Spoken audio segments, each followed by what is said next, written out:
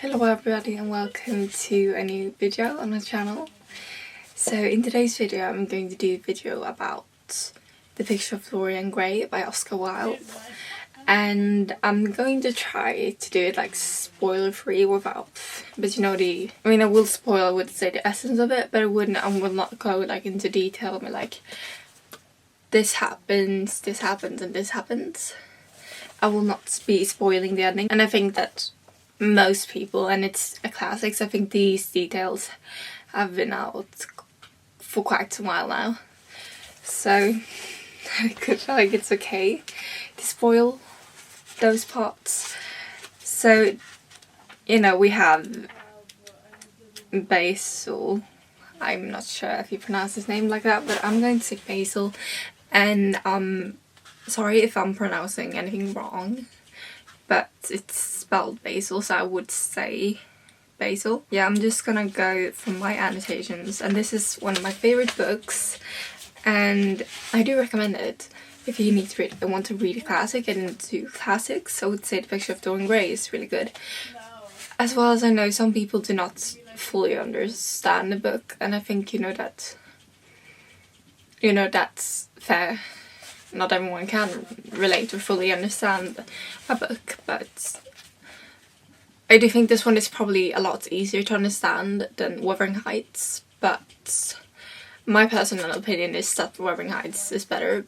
They're both good in their own way, but it's just because Wuthering Heights is my number one, and then I might say The Picture of Grey is my number two, and then Secret History by Donna Tartt I would say is in the third place. So I'm just going to start with the preface.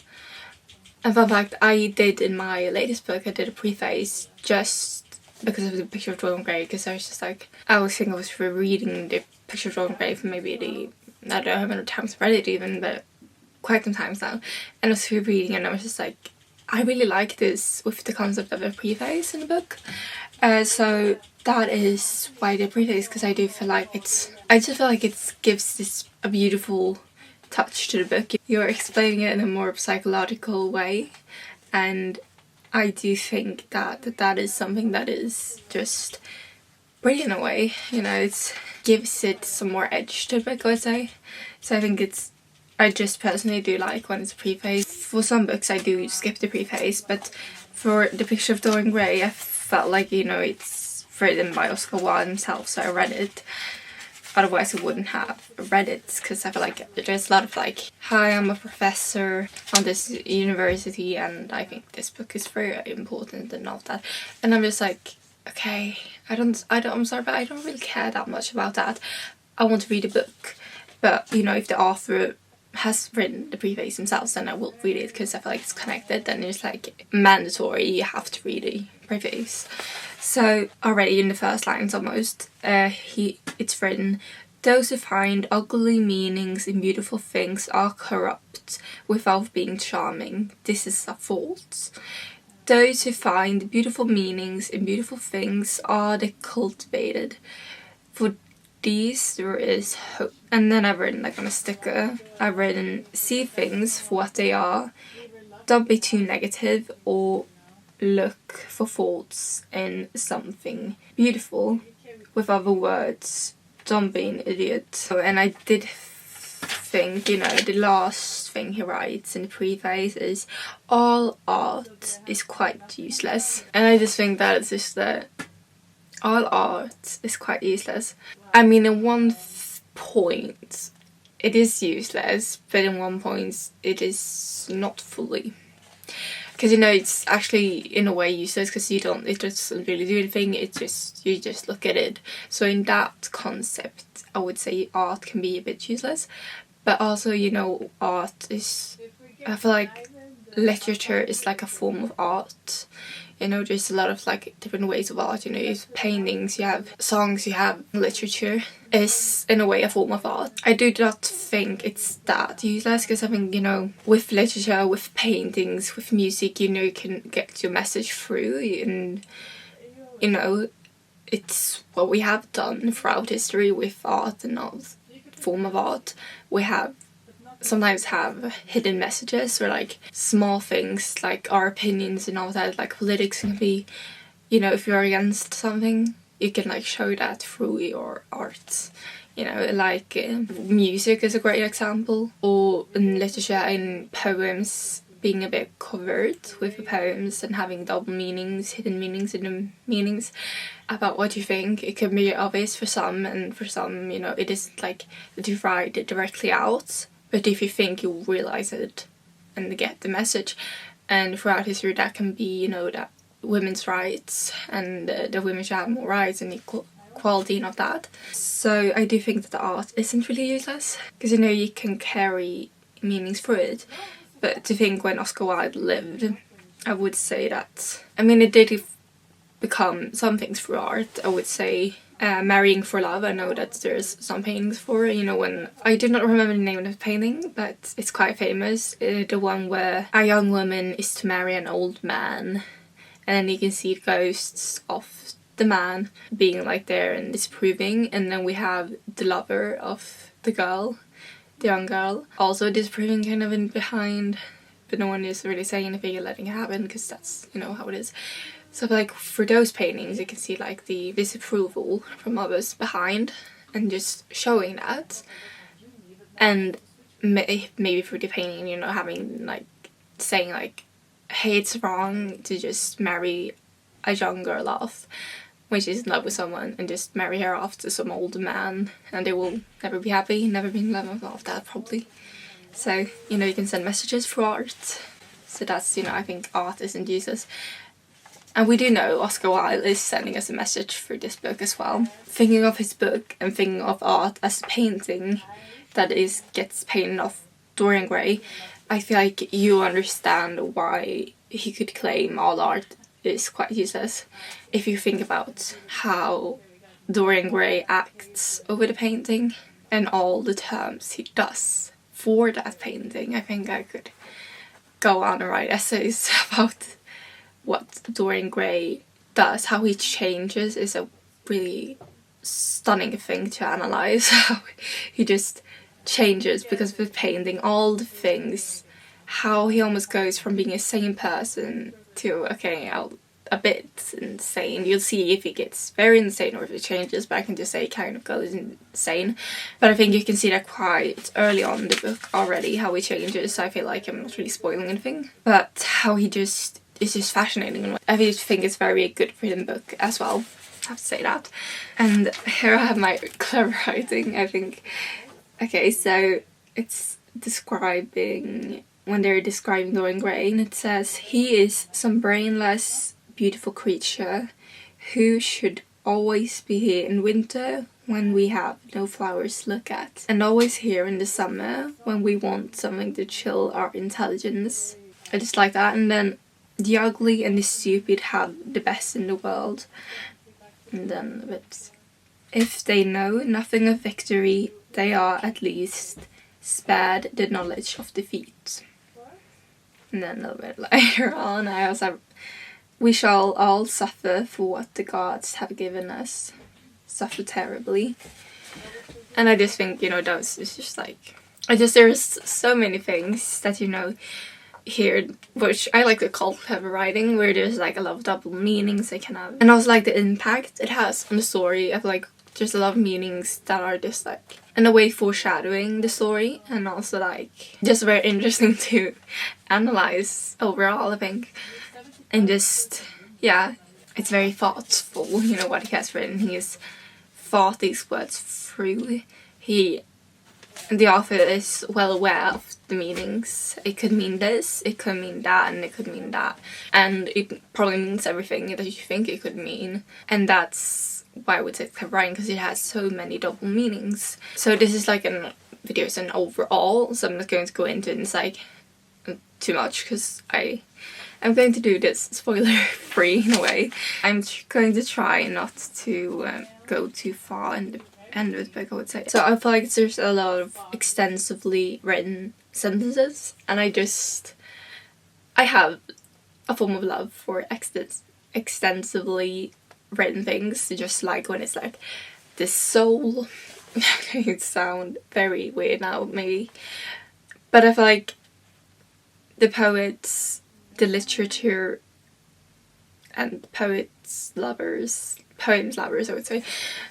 Just if you really understand poems, I feel like you kind of almost gets drawn into more extensively things and just like loving that. And I just think, you know, it's so, I just love it when it's like goes down to really being like poetry and more like deeper things, you know, such as death, souls, you know, when it just goes down to that level, when it's just like death, souls, heaven, hell. I just like things almost, you know, out of our world here, you know, almost, you know, I could say, when it's just like, especially, I don't know, souls, I think. Souls. When it goes down to the souls. It's what I personally do like. And then here we have, I knew that I had come face to face with someone whose mere personality was so fascinating that if I allowed it to do so, it would absorb my whole nature, my whole soul, my very art itself. I would say just that sentence was art itself. That's just explaining kind of what I love. I just like when it goes down to that. Oh, and I like it. The painter says about Dorian Gray, he's all my art to me now. I just think that's also pretty when it goes down to that. Oh, here we have one thing. If you're reading a book, I just feel, or if you have read it, I feel like I want to say in chapter 2, they say, Dorian Gray says, "Oh, I am tired of sitting, and I do not want a life-sized portrait of myself." I just think, you know, remembering that at the end of the book, when I read the whole story, it's just like, yeah, it's just, what do we say, interesting. Oh, and now we have more of what I love here. There is no such thing as good influence, Mr. Gray. All influence is immoral. Immoral from the scientific point of view. Why? Because to influence a person is to give him one's own soul. The virtues are not real to him, his sins, if they are such things as sins, are borrowed. He becomes an echo of someone else's music, an actor of a part that has not been written for him. The aim of life is self-development. You know, this is almost like, reading this is almost when you're reading like a psychological book or philosophy book, when there's just like, it just extensively, you know, I find it interesting. But the thing about Oscar Wilde is that I do agree on a lot that he says. I mean, especially in the picture of Dorian Gray, you know, the message, the wedding, you know, how, you know, I just think, you know, these are like sayings and quotes you could go to sayings and quotes in your life and be like, I stand by this quote, you know, because I personally, one of my quotes that I go by in my life is, okay, now my Latin, Vivamus moendo est. I got the most Swedish accent, but, you know, it's kind of like, let's live since we shall die. Yeah, also draw a line under, nothing can cure the soul but the senses. Just as nothing can cure the senses but the soul. And then it's like some secrets. And then, I don't really know if it's Basil or Henry saying this, but I'm just going to read what I've written under. I've written under the whole page. So, people say sometimes that beauty is only superficial. That may be so, but at least it is not so superficial as thought is. To me, beauty is the wonder of wonders. It is only shallow people who do not judge by appearances. The true mystery of the world is the visible, not the invisible. Yes, Mr. Gray, the gods have been good to you, but what the gods give, they quickly take away. And then the next page is like, the world belongs to you for a season, and then, you know, it's like youth, youth, youth. There is absolutely nothing in the world but youth. And just like how they just paint out youth and how it's just different. I just think Oscar Wilde is one of the greatest writers as well. I just think, you know, he also just like portrays this so well. I think when you read, you feel it. You can feel influenced by some of the things, and I just think he is very clever with his writing. He's a very, I would say, sharp writer. If you read his book, you will understand, and I'm not going to I actually think I might not say too much more. If you guys want me to do a video where like analysing it more, I could. Okay, so now I'm just going to say overall things or sayings here that I like. Page 54. Dorian Gray says, I'm just not going to say the context, so you'll never know when it is. He says, I want to make Romeo jealous. I want the dead lovers of the world to hear our laughter and grow sad. I like that too. You know, when it's just like love. Okay, I'm going to sound weird now, but love and souls. I love that. With death, it's not really that like people dying, it's more when they talk about death in a extensively way, you know, more, it can sound so shallow, but, you know, loving someone in death. I feel like that's more, you know, afterlife more and rather than death. How the souls are intertwined, or like how the souls, you know, just the soul. I don't know why, but maybe it's overall that I like when people write about soul. I'm not really sure, but I at least like this book too. And it's a little bit talk about the soul and deeper things and extensively. But I also do think that some people can write about the soul and do it good, write about it in a good way, and some people can't really do it. It's too shallow. You don't really feel the feeling. Oscar Wilde and also Emily Bronte, I would say, is very clever with their writing, and they just, as I say, you can say, they nail it. They make the reader feel as they intend to make the reader feel. They're just very good writers, and their ability to write in such way is just phenomenal, and I just think it's wondrous. Since I do not want to spoil the story, I feel like that is my very short talk of The Picture of Dorian Gray, and with some examples, of course, in it. And, you know, I think The Picture of Dorian Gray is one of those books that you could talk about on and on, like almost forever, and just talk and analyze a lot in the book.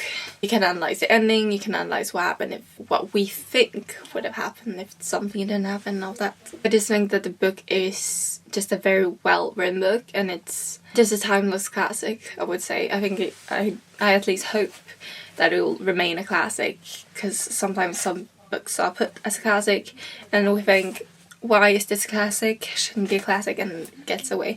But I do think that The Picture of Dorian Gray is a book that deserves really to be a classic. I have read bad classics and I've read good classics, I can say, and I do genuinely love The Picture of Dorian Gray, and I also love Wuthering Heights. But I feel like with classics, the ones that really captured me, I would say, is really Wuthering Heights and Picture of Dorian Gray. Yeah, I have read, you know, Jane Eyre. I've read Dracula, I've read Oliver Twist. I did actually like Oliver Twist too, which I thought was a bit, I wasn't really sure that I would like it because it isn't really a romance, and I'm more for romance, but I liked it. And, you know, I've read most famous classics. I haven't had the time to read Edgar Allan Poe or any Russian classics. Oh, I have read Russian classics. I read Anna Karenina by Leo Tolstoy. Do you hope that's how you would pronounce it in English? Yeah, I've read that one, and then I read a novel from him as well. So I haven't, but I did buy, or I got from my sister, White Nights and Christmas. So I have that one, and then I also bought one book, but one from Friedrich Nietzsche. I'm always unsure how to pronounce his name, because I feel like every time I hear someone say it, they pronounce it differently. And then when I say it one way, that's what one told me to say, and then people say that you don't pronounce it. So I'm just unsure, but... And I also brought a Franz Kafka book.